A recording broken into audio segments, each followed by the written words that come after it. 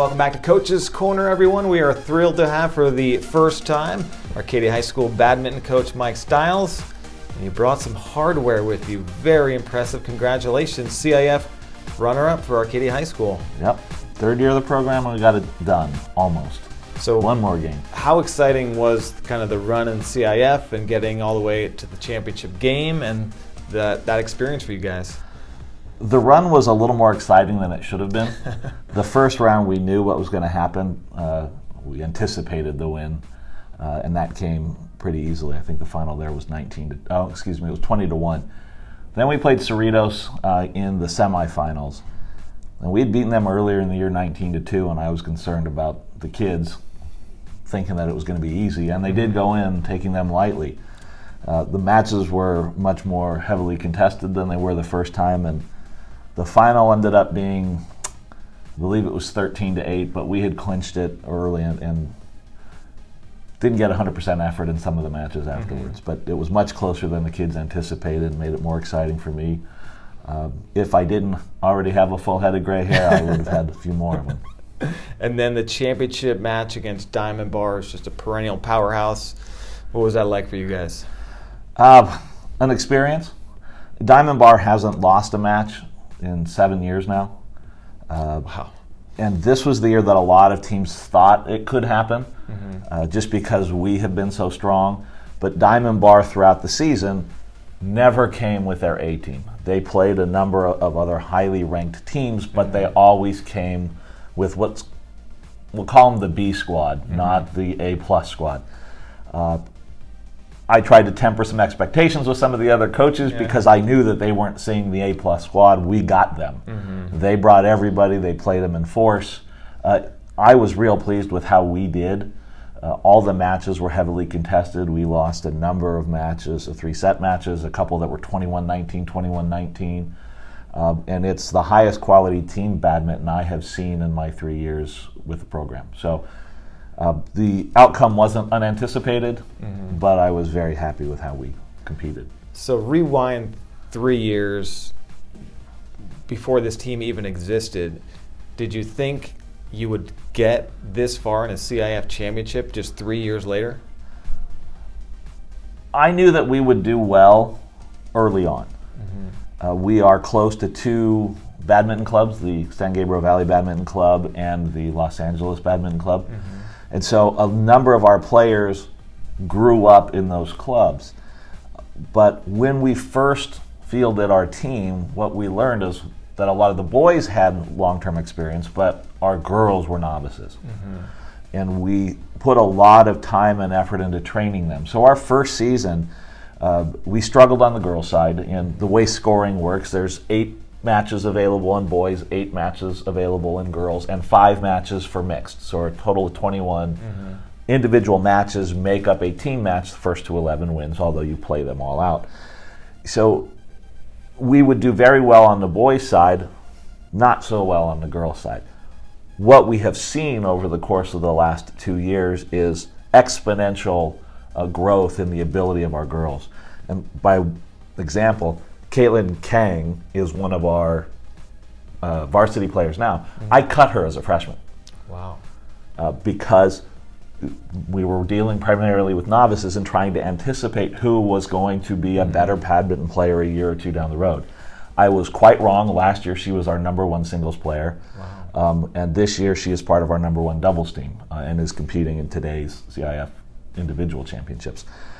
But it's seeing the growth of those players that allowed us to realize the goal of getting to the CIF finals probably 2, maybe 3 years earlier than we thought we would.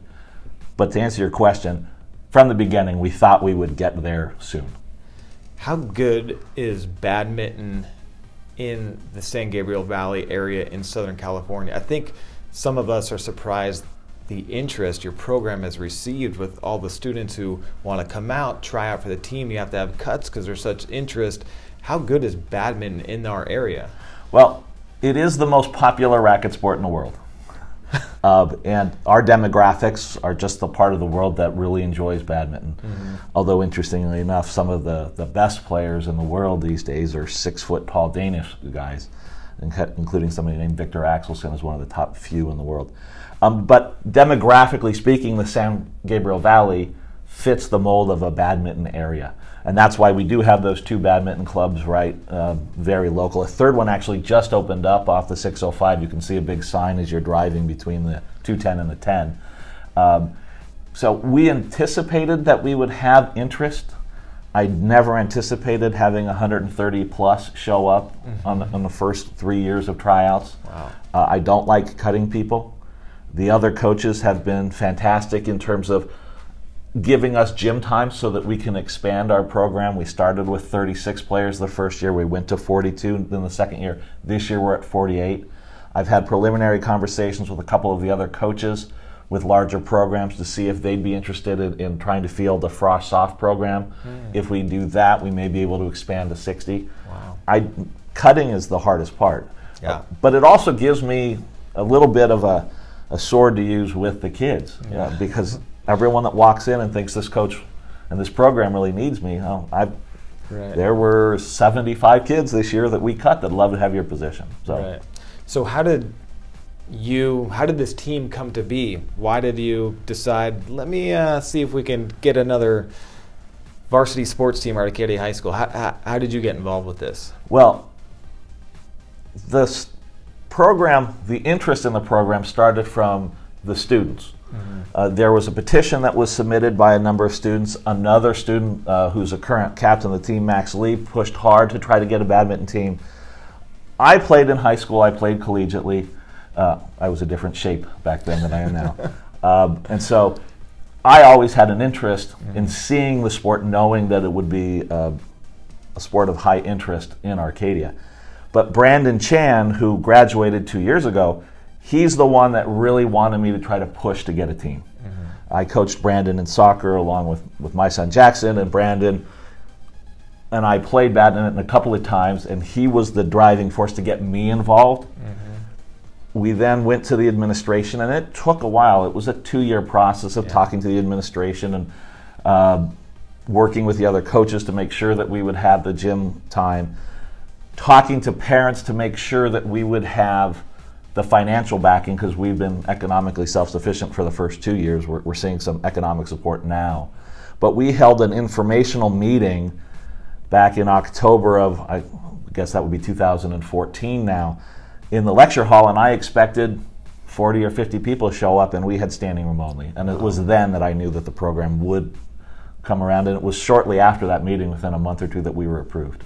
And it is, I'm glad you mentioned the process, because if anyone out there has ideas, oh, let's bring another sport to the high school, it's not easy to do. You have to go through CIF, you need funding, you need facilities, you need liability insurance, you need a million things, as you know. So it's a very, very difficult and arduous process to get a team to a high school that's been around for all this time. So we appreciate your efforts going through that lengthy process.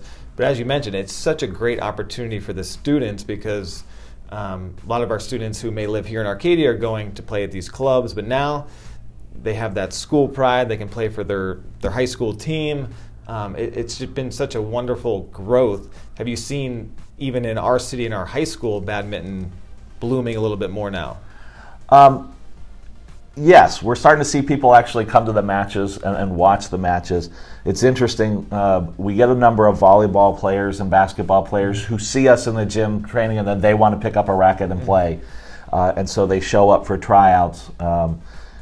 The middle schools now know what's going on. The summer sports camps that the Booster Club runs, the badminton sports camp is usually pretty popular. We get 40 to 45 people every year, and 6th, 7th graders that come in, and we know that we have interest in the younger kids as well. So we have been embraced a little bit more than I thought we would. It's a unique sport, and that's part of it, I think. It's the truly co-ed sport. It's the only one where boys and girls compete together. And I've had to deal with, on the team front, you talked about that. I've dealt with a couple of the kids who want to have their names put on the back of their jersey. And it's been tough to explain to them that you're now playing as part of a team, because badminton is an individual sport. And we don't play for the name on the back, we play for the name on the front. So, as I mentioned, we're in the middle of CIF Individual Championships right now, and several of the other teams they have their names on the back of the jersey. So I will get the requests again about putting their names on the jersey, and they're going to get the same response they've got for 3 years. I like that response. You have some really, really talented players. You don't bring home runner-up in CIF if you don't have a team loaded of players. Tell me about some of these players, and obviously they were playing before they joined your team. How good are some of your boys and girls out there? Well, right now, Max Lee and Kenneth Chan are the #1 ranked boys doubles team in CIF. They're playing in the CIF Individual Championships now. One of their chief rivals in that will be Carl Jiang and Alan Wu. Max and Kenneth are seniors. Alan and Carl are juniors. Okay. They're ranked 3rd in CIF. We actually have another pair that qualified for this, Sean Gao and George Gauss, who are our 3rd best doubles team. On the girls' side, we have a freshman named Melody Yang, who is a singles player, although for CIF she's playing doubles, with Amy Shaw, who's a senior. They are ranked 4th. They've already met all 3 of those pairs, Max and Kenneth, Alan and Carl, Amy and Melody, have qualified for the semifinals of individuals. We have 2 singles players, both sophomores on the boys' side, Kevin Yu and Winston Tang. Kevin is our #1 singles player, but Winston won the league title and is seated 3rd in CIF right now. They both have moved on. The boys' singles competition is a little behind where we are with the boys' doubles, so they're in the quarterfinals. They'll play today at 2 o'clock in their first matches. And then we've got Caitlyn Kang and Eden Yang, who are Eden's a sophomore, Caitlyn is a junior. They're our #1 girls doubles team. They lost yesterday in the quarterfinals to the #3 ranked team, 21-19 in the 3rd set. They still drop down to consolation and have a chance to come back up. So we have some very skilled players, and they make it easy to coach. Max Lee, one of our former DCI interns, and I remember a meeting 3 years ago when we were talking about story ideas, and he brought up, we're going to have a badminton team. I said, what are you talking about? But he was so excited about the possibility of the badminton team coming, so it's great to see him and all your players really thriving. You brought up the co-ed aspect, where it's the only high school sport that you play mixed doubles together, boys and girls, same court, competition, it counts. How unique of a dynamic, I guess you're used to it being a badminton player, but how unique is that from a coaching standpoint and for the players as well? You know, from the player perspective, the actual playing, it's not particularly unique, because when they were growing up playing badminton at the clubs, they played mixed doubles. It's what they knew. But coaching it's a little different. I have the history of coaching soccer and baseball, but most of my coaching experience had been with boys. Coaching the girls is different in a couple of ways, but nothing particularly meaningful. Their interest in the sport is just as strong as the boys' interest. Their athletic ability is just as strong. Oftentimes they listen a little better, so we're able to get some more things accomplished. But you're dealing with 15 to 18-year-olds, and oftentimes when they hear stuff from adults, they think they know a little better. And so when things go wrong on the court, it's not working their way, I will say, well, your way's not working, why don't you try mine?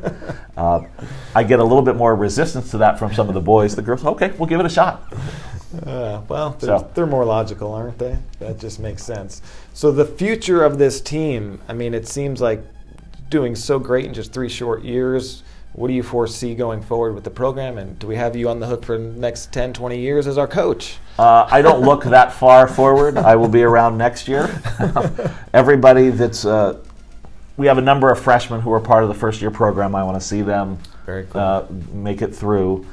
I expect next year that we will be back competing for this. Hopefully I'll bring back not a runner-up, but a champion.